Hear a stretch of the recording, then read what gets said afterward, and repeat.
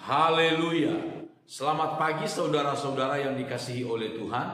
Mari sama-sama kita kembali merenungkan firman Tuhan. Di dalam kitab 1 Raja-Raja pasal 12 ayat 13 dan ayat 14, firman Tuhan berkata demikian. Raja menjawab rakyat itu dengan keras. Ia telah mengabaikan nasihat yang diberikan para tua-tua kepadanya.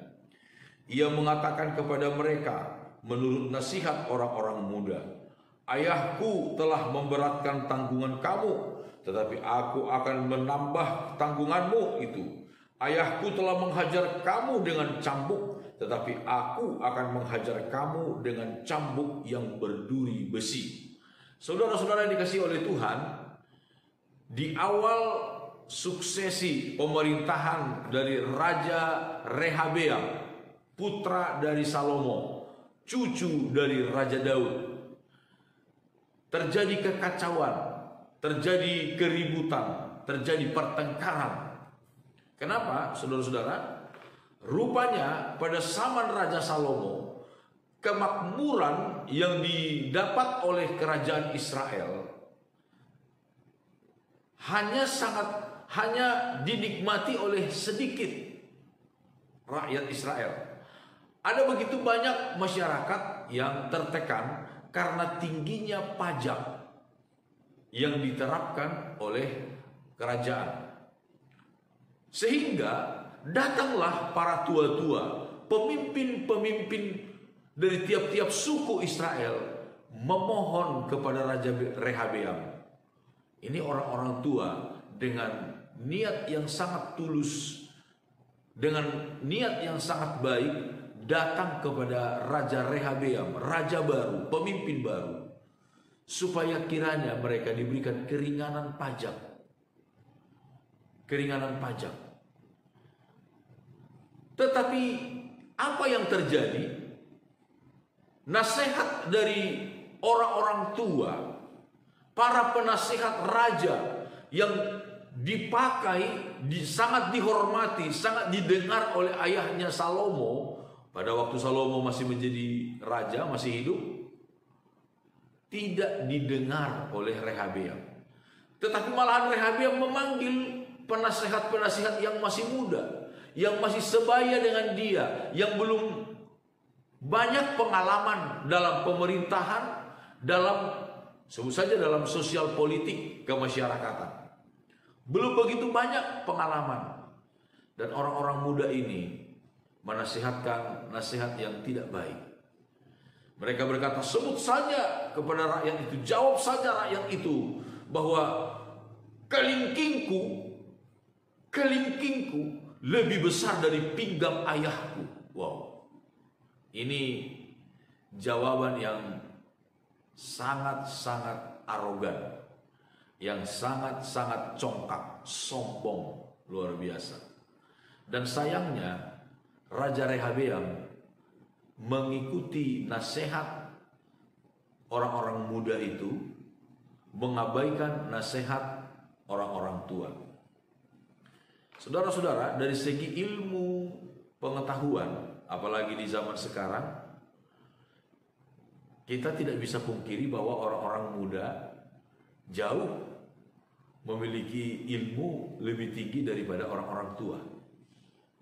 Dan saya yakin di setiap zaman seperti itu. Itu sebabnya ada peningkatan zaman. Karena orang-orang muda dari segi ilmu pengetahuan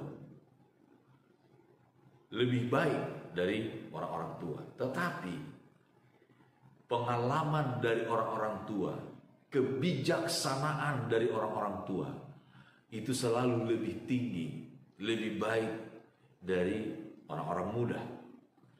Sehingga harusnya antara ilmu pengetahuan dan juga kebijaksanaan itu harus dipadukan. Tidak boleh berjalan sendiri-sendiri. Tetapi ini Raja Rehabeam mengabaikan kebijaksanaan itu. Lebih setuju dengan nasihat orang-orang sebaya dengan dia. Dan apa akibatnya? Kita tahu kerajaan Israel menjadi pecah.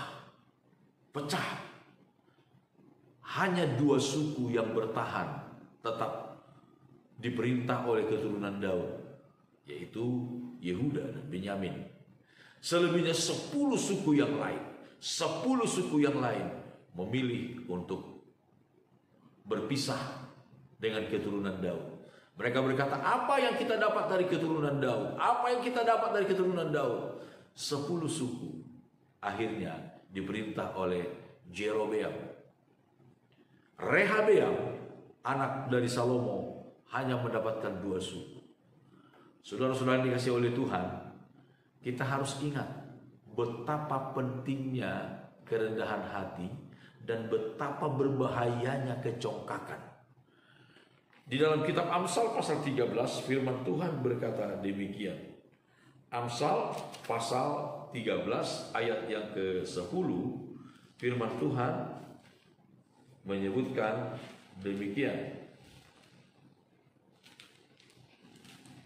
Amsal 13 ayat 10, keangkuhan hanya menimbulkan pertengkaran, tetapi mereka yang mendengarkan nasihat mempunyai hikmat.